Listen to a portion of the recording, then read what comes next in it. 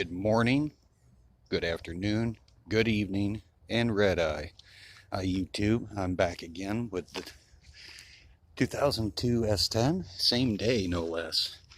After a firm discussion with the girlfriend, we decided to put a light bar on the truck for added safety. So, as you can see, I already got one bracket drilled in, and you see some silicon sitting there. Remember I was talking about taking your time and patience? Well, you see that little spot? That's what I'm using.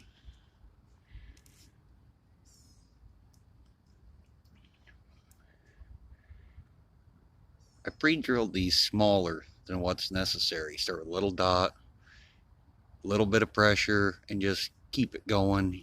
Some people say to step down the drill motor speed, and that's what the trigger's for. You don't have to pull it like, you're pulling for your life. Take your time, even pressure. Don't be rough on these vehicles, yours included. A lot of them have airbag sensors in the front bumper, impact sensors.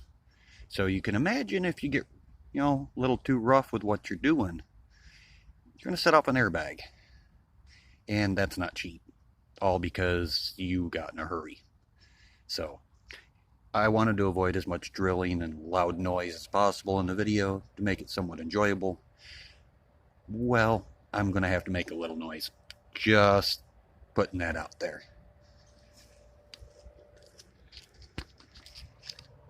Let's see if I can get this to work.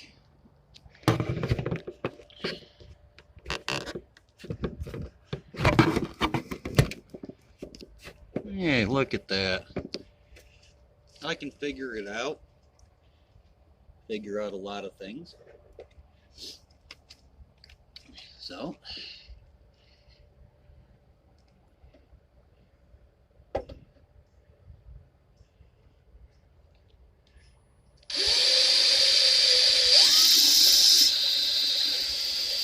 see, not super fast, not full bore. Just take your time.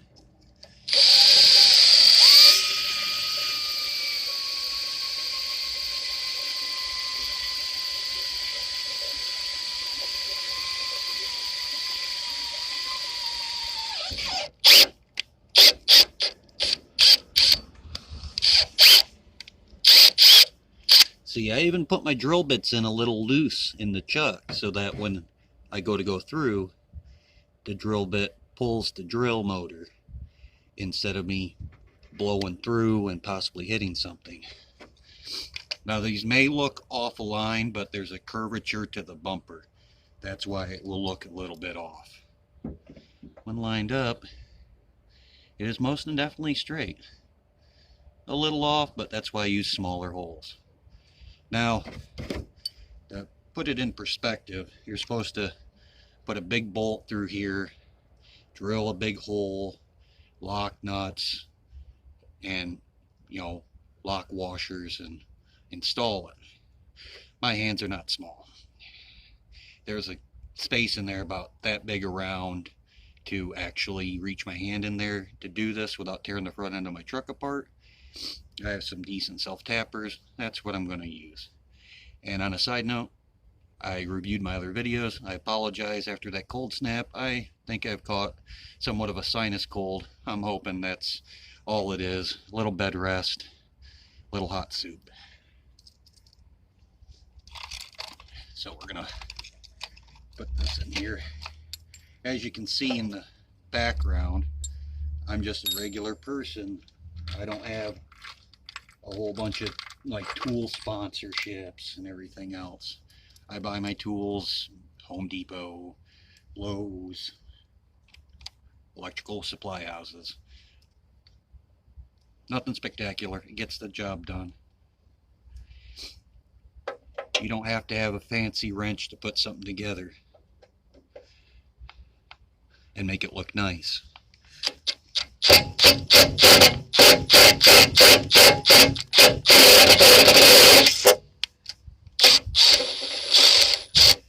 See, once again, let the self-tapper do its job. Now, I'm not a big fan of modifying everything. I do suggest that you install it as per the manufacturer's instructions, just for safety's sake, but sometimes we got to do what we got to do. Once again, that's why we're watching this video. I'm using some silicone adhesive. Doesn't have to be marine grade or anything, but keep in mind, you're putting a hole in the metal of your vehicle. Water will get there and create rust, create a problem. This is just, doesn't suggest it in the manufacturer's instructions, but I just kind of do it. This is a precautionary method. I know the truck's a 2002, it ain't like it's a brand new vehicle, but doesn't mean I have to accelerate it falling apart. Little loving care, and these things can run for quite some time.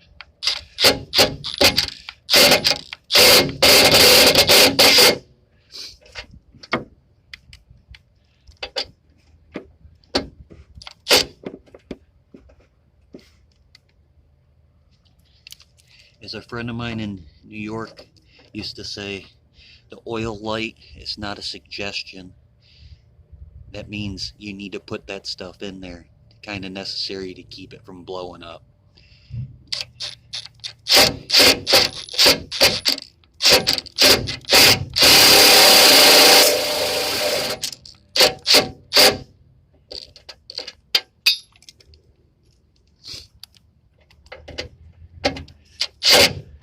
I'm not striving for perfection, people, just some realism. So, there that is. Both brackets are installed now. And we come back to something that I had just said. I normally do not condone cutting manufacturers, plugs, connections, and everything else due to the fact of generally that voids the warranty. So, I'm at a conundrum here.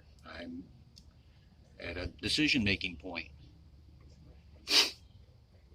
I have to cut the plug to test to make sure the light works because the package was pre-opened, or I leave it as is. Okay. There's the definition of simplified. So there we go. If there was a warranty, I just voided it. Cross your fingers.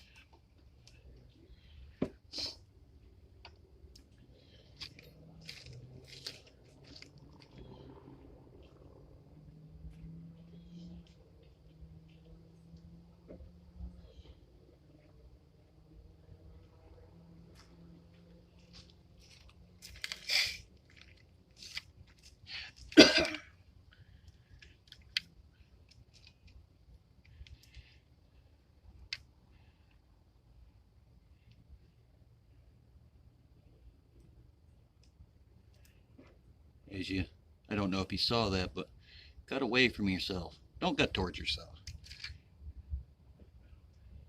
Take it slow and steady. Don't be in a hurry. Tortoise in the hair, all that kind of jazz.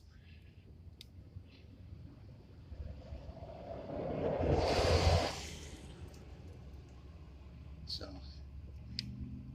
not taking it easy, slow and steady.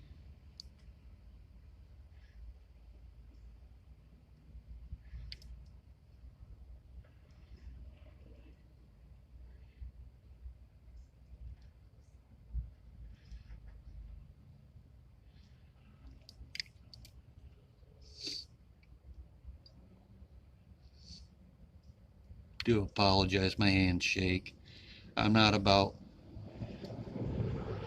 high production quality. Granted, I love it in videos, but I'm a simpler person. I just would like usable videos. There we go. So now I can at least test this light.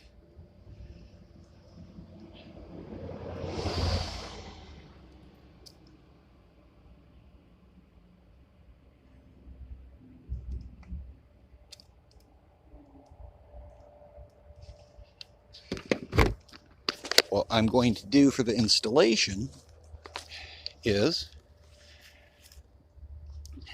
something very simple. As in my horrible scribbles, I've drawn out a diagram of what's called a relay.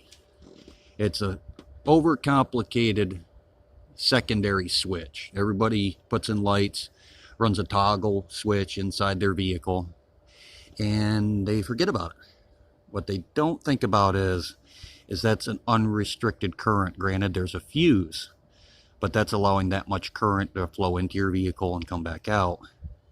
Since it's not a factory installation, you can actually cause an electrical fire if something rubs wrong or something touches where it's not supposed to. This relay allows you to take the direct voltage and amperage from the battery or the main fuse panel directly and feed it in, obviously with a fuse rated per the manufacturer's recommendations. You don't want to blow something up, and output it directly to the light. So this input is your switch. That's your toggle. That's if you wire them to your headlights. You want to make a note of this. If you go to wire it in off of your lighting circuit of the vehicle, wire it in on your marker lamp. Not your turn signal, not your high beam, not your low beam. Depending. If you want it only on during low beam, you wire it to your low beam. If you want it on when you're on high beams, you wire it to your high beams. If you just want it constantly on, wire it to your marker lights. That's why when you turn on your marker light, the light bar comes on, just like fog lights.